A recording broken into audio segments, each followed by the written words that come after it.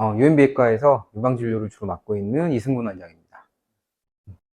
여유증은 그 살만 쪄서 생기는 가성여유증이 있고, 그다음에 또 유선 조직이 발달해서 생기는 이제 진성여유증이 있는데, 그 두 개를 어떻게 구별하냐? 안쪽 상태를 보기 전에는 사실 구별을 할 수가 없죠. 그 이제 유선 조직이 발달이 돼 있는지 안 돼 있는지를 봐야 되니까. 그래서 초음파 검사 같은 검사를 통해서 안쪽 상태, 그러니까 유선 조직이 발달이 돼 있는지 아니면 단순히 살이 쪄 있는지. 살이 쪄서 생긴 가성여유증이면 운동을 해서 다이어트를 한다든지 뭐 운동을 많이 해서 근육으로 채운다든지 해서 없어질 거예요.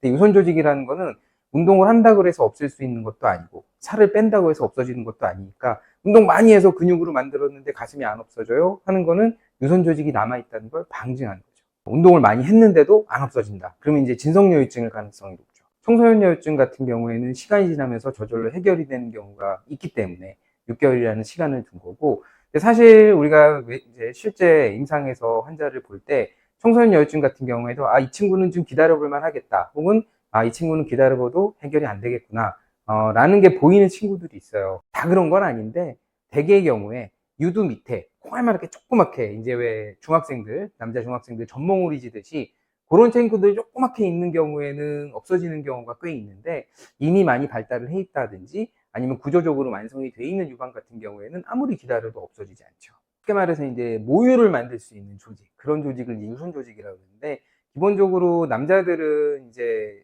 모유 수유를 하지 않으니까 발달을 하지 않는 게 이제 정상인데, 중학생 때는 이제 사춘기를 겪으면서 2차 성징을 겪으면서 살짝 발달이 됐다가 대부분은 저절로 없어지는 그런 경우가 제일 많고, 근데 뭐 갖고 있으면 문제가 됐냐? 그렇지 않죠.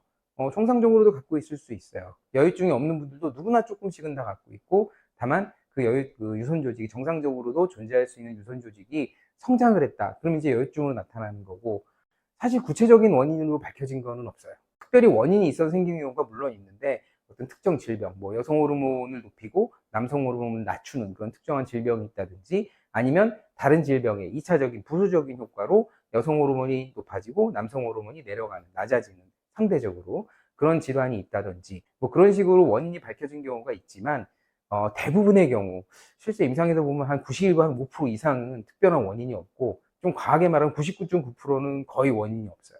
특별히 질병이 있어서 오시는 분들은 거의 없으니까. 뭐 하여튼 그래서 뭐 여유증이 있다고 해서 꼭 수술을 해야 되고 이런 거는 아니고, 건강상의 문제는 없지만 없어지는 데는 물리적인 해결 방법 말고는 없다, 이렇게 알고 있는 게 제일 좋죠. 단순히 모양 문제는 아니고, 이제 그런 심리적인 스트레스 때문에 뭐 삶이 질 나빠진다든지, 뭐 특히 이제 청소년들 같은 경우에는 사회생활이 좀 어려워진다든지, 성인도 마찬가지지만 그런 문제가 이제 발생될 수 있기 때문에 그런 경우에는 이제 치료를 하는 거고, 남성도 물론 유방암이 있는데 여유증이 있으면 남성 유방암이 더 잘 걸리느냐, 명확하게 나온 결론은 없어요. 아직까지는. 남자들이 별로 유선 조직이 없는데 보통은 있는 사람이 조금 더 유방암에 걸릴 수 있는 확률이 높은 게 아니냐라고 생각할 수 있어요. 물론 일리가 있는 지적이긴 한데, 그러면 그 반대로 똑같은 얘기로, 그럼 여자분들 중에서도 유선 조직이 많은, 뭐 유방이 큰 분들이 그럼 유방암에 더 걸리느냐, 이건 또 아니거든요. 통계적으로 밝혀지지가 않은 내용이고, 그렇기 때문에 과도하게 여유증이 있다고 해서 뭐 유방암을 두려워할 필요는 없지만, 뭐 그냥 여유증이 있건 없건 간에 남성도 같은 정도의 유방암 발생 확률을 가지고 있다, 이렇게 이해하면 제일 좋고, 뭐 가지고 있다고 해서 건강상의 문제가 되지는 않죠, 보통은. 지방흡입은 말 그대로 이제 지방 조직을 흡입해내는 건데, 유선 조직하고 지방 조직하고는 일단 조직이 다르죠. 유선 조직 같은 경우에는 굉장히 질기고 단단한 조직이기 때문에 흡입기로는 해결이 되지 않아요. 흡입기로 나오질 않아요, 조직 자체가. 근데 이제 지방 같은 경우는 지방흡입기로 당연히 나오겠죠. 우리가 아까 전에 얘기했듯이 진성여유증, 그러니까 유선 조직이 발달되어 있는 여유증 같은 경우에는 지방만 나오고 유선 조직이 안 나오니까 해결이 안 되는 거죠. 여유증이 치료가 될 수가 없는 거죠. 그러니까 만약에 지방흡입만으로 치료가 되는 여유증이다, 그럼 그건 진성여유증이 아니에요. 여유증은 기본적으로 유선 조직이 발달해서 생기는 질병이기 때문에 그 질병 치료의 목적으로 건강보험을 적용을 받을 수 있다, 이렇게 생각하시면 간단하고요. 대부분의 실손보험들은 건강보험 적용 기준을 준용하기 때문에 대개의 경우는 받을 수가 있지만, 그건 보험사의 기준 혹은 보험 계약마다 좀 다를 수 있기 때문에 확인을 해보시는 게 안전합니다.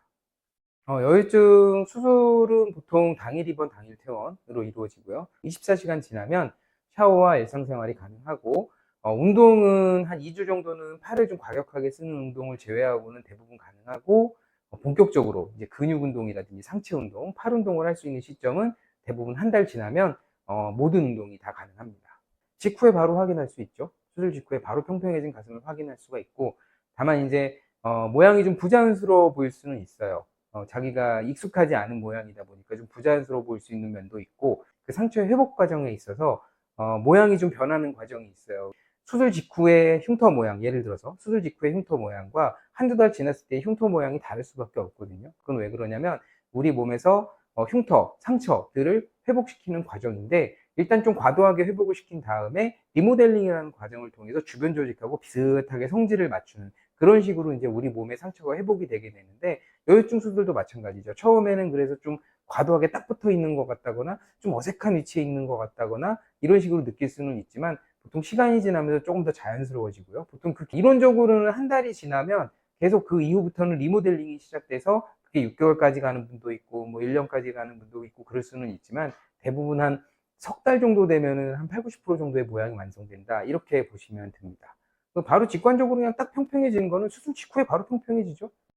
일반적으로 어떤 수술을 하고 나서도 들을 수 있는 공통적인 내용, 뭐 술, 담배 하지 마라, 뭐 격한 운동 하지 마라, 뭐 이런 거 말고, 불편한 점이라 그러면 일단 아무래도 수술을 받았기 때문에 움직일 때 좀 불편감이 있어요. 불편하다는 게 뭐 통증이 될 수도 있지만 경미한 통증이 있다든가, 아니면 움직일 때마다 좀 당기는 느낌이 있다든지, 이런 식으로 활동하는 데 있어서 약간의 불편함은 있을 수 있죠. 근데 그것도 보통 서서히 적응이 되고, 한 달까지가 조금 더 불편하고, 그 이후에는 한 두세 달 정도에 걸쳐서 서서히 자연스럽게 변하죠.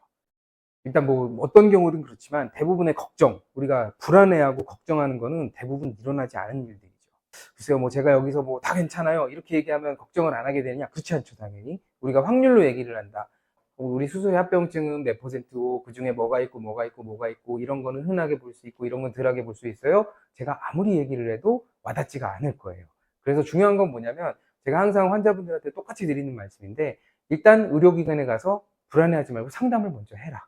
전문의의 설명을 들어보고 그 사람 말이 믿을 수가 있는지, 믿음이 가는지를 먼저 보셔야 돼요. 이게 어떤 질병이고, 질병 치료 이후에 어떤 일이 생길 수 있고, 그런 일이 생기면 또 어떻게 치료를 받을 수 있고, 내가 받을 수 있는 조치는 무엇인지, 내가 조심해야 되는 것은 무엇인지, 혹은 내가 꼭 알고 있어야만 하는 내용은 어떤 것인지, 이런 거에 대해서 설명을 듣고 나면 대부분의 경우에는 과도한 불안을 제거할 수 있죠. 저희 병원 오시면 제가 항상 그런 거에 대해서는 자세하게 다 설명을 드립니다. 다른 거보다도 수술 받으시는 분들 입장에서는 사실 불안한 게 제일 커요. 한 번도 안 해본 거고, 대부분 수술실에 들어와 보지도 않으셨을 거고, 대부분의 경우에 마취도 안 해보셨을 거고, 모든 게 다 무섭고 두렵고 하죠.